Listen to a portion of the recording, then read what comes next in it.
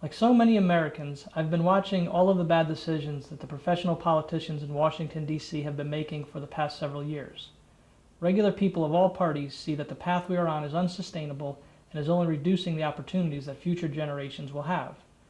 I've been given so many opportunities in my life because of the sacrifices of those who came before me. They were men and women who saw something wrong or needed to be corrected and then stepped up and took action to fix it by using common sense. Unfortunately, many people in this country have been convinced that the status quo is the best we can expect, or that there is little they can do to change things. Despite the fact that they call, write, or email their representatives in Washington, D.C., they see few real changes. Many politicians try to appease us by saying they are listening to our concerns. However, listening is only half of the process.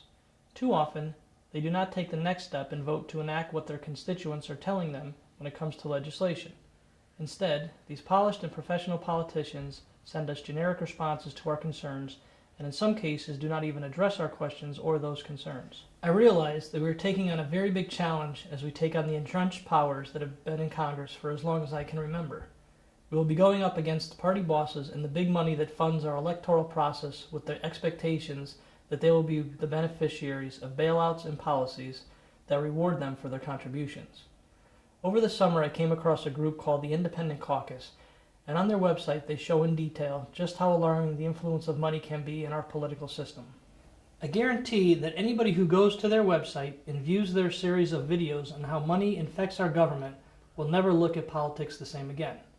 I urge everyone to watch these videos and then get involved to help candidates who pledge to fix the system. I have been told it will require between $4 million and $7 million to compete in this race. When you consider that there will be 435 elections just for the House of Representatives next year, it is easy to see why good Americans are shut out of the system or decide to not get involved. This is why the party bosses and insiders continue to decide who our candidates are election after election, and few things change. Our campaign will be giving a voice to the regular people in our district over the big donors and well-connected. We will be successful next November as more people hear our ideas and realize that our common sense conservative ideas are in line not only with what they believe, but also how they live their daily lives. Some people ask me how I think a person who has not come up through the party system and been groomed by the insiders can win. When I tell them that our plan is to get more votes than our opponents, they don't know how to react. However, I do know that in order to get those votes, we need to get our message about common sense and conservative values to the voters of the 5th District, and that will require not only money, but just as importantly, help of the people who are just like those already involved in every level of our campaign. If you have ever thought about getting involved in a campaign, but were afraid you might not fit in, please contact us.